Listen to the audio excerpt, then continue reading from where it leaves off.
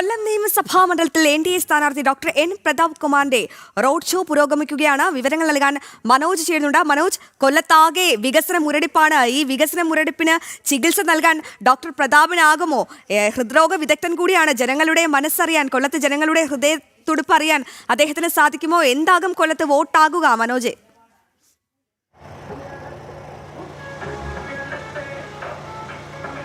തീർച്ചയായും അങ്ങനെ തന്നെ പറയണം. അതായത് കൊല്ലം നഗരത്തെ സംബന്ധിച്ചിടത്തോളം ഏറെക്കാലമായി ജനങ്ങൾ അനുഭവിച്ചുകൊണ്ടിരിക്കുന്ന വികസന മുരടിപ്പ്, അതിന് ചികിത്സ നൽകാൻ ഒരു ഡോക്ടർ തന്നെയാണ് എൻ.ഡി.എ മുന്നോട്ട് വച്ചിരിക്കുന്നത്. നമുക്ക് കാണാൻ സാധിക്കും. ഇപ്പോൾ അദ്ദേഹത്തിൻ്റെ റോഡ് ഷോ അങ്ങനെ മുന്നോട്ട് പോവുകയാണ്. കൊല്ലത്തിൻ്റെ നഗരവീഥികളിലൂടെ ഓരോ ജനങ്ങളെയും കണ്ട് അദ്ദേഹം മുന്നോട്ട് നീങ്ങുകയാണ്. ഇന്നു മുതലാണ് ഈ പ്രചരണം ആരംഭിച്ചിരിക്കുന്നത്. ഇനിയുള്ള ഓരോ ദിവസങ്ങളിലും നമുക്ക് കാണാൻ സാധിക്കും ഈ കൊല്ലം നഗരത്തിലെ ഓരോ ഇടങ്ങളിലേക്കും സ്ഥാനാർത്ഥി എത്തും. എന്തായാലും തെരഞ്ഞെടുപ്പ് ചൂടിൽ തന്നെയാണ് കൊല്ലം നഗരം.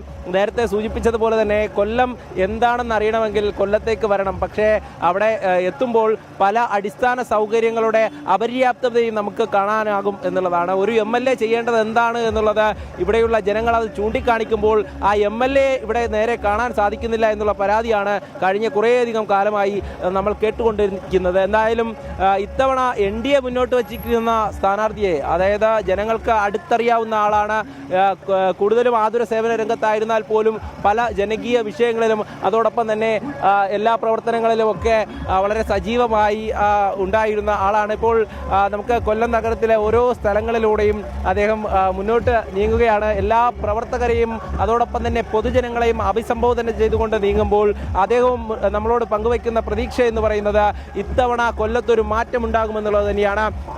ബി.ജെ.പിയുടെ ജില്ലാ അധ്യക്ഷനും ഒപ്പമുണ്ട്. അദ്ദേഹവും പറഞ്ഞ കാര്യം ഇത് തന്നെയാണ്. എന്തായാലും കൊല്ലത്തെ വിവിധ മണ്ഡലങ്ങളിൽ പ്രചാരണം അങ്ങനെ കൊഴുക്കുകയാണ്. ഇത്തവണ കേരളത്തെ സംബന്ധിച്ചിടത്തോളം എൻ.ഡി.എ ഒരു നിർണായക ശക്തിയായി മാറിക്കഴിഞ്ഞു. ബി.ജെ.പി ഒരു നിർണായക ശക്തിയായി മാറിക്കഴിഞ്ഞു. അതുകൊണ്ട് തന്നെ ഇടത് വലതു മുന്നണികളെയൊക്കെ തന്നെ വളരെയധികം ഭയപ്പെടുത്തിയിരിക്കുകയാണ്. കാരണം എൻ.ഡി.എയുടെ പ്രചരണം അത്തരത്തിലാണ് ഓരോ മണ്ഡലങ്ങളിലും നടക്കുന്നത്. കൊല്ലത്തും പിന്നോട്ടില്ല എന്നുള്ളത് തന്നെയാണ്. കൊല്ലത്ത് മുന്നോട്ട് തന്നെയാണ്. ആ മുന്നോട്ടുള്ളതിന്റെ ആദ്യ ചുവടുവെപ്പാണ് ഇന്ന് നമ്മൾ കണ്ടിരിക്കുന്നത്. ഇതിനോടകം തന്നെ പ്രവർത്തകർ ഈ തിരഞ്ഞെടുപ്പ് കാര്യങ്ങളുമായി ബന്ധപ്പെട്ട റോഡ് ഷോ പുരോഗമിക്കുകയാണ്. അദ്ദേഹം കൊല്ലത്തിന്റെ വികസന മുരടിപ്പിന് എന്ത് ചികിത്സയാണ് നൽകുക, ജനങ്ങളുടെ ഹൃദയത്തെ അദ്ദേഹം എങ്ങനെയാണ് തൊട്ടറിയുക, എല്ലാം വിശദമായി തന്നെ നമുക്ക് വരും മണിക്കൂറുകളിൽ പരിശോധിക്കാം. മനോജാണ് ഏറ്റവും പുതിയ വിവരങ്ങൾ പ്രേക്ഷകരുമായി പങ്കുവച്ചത്.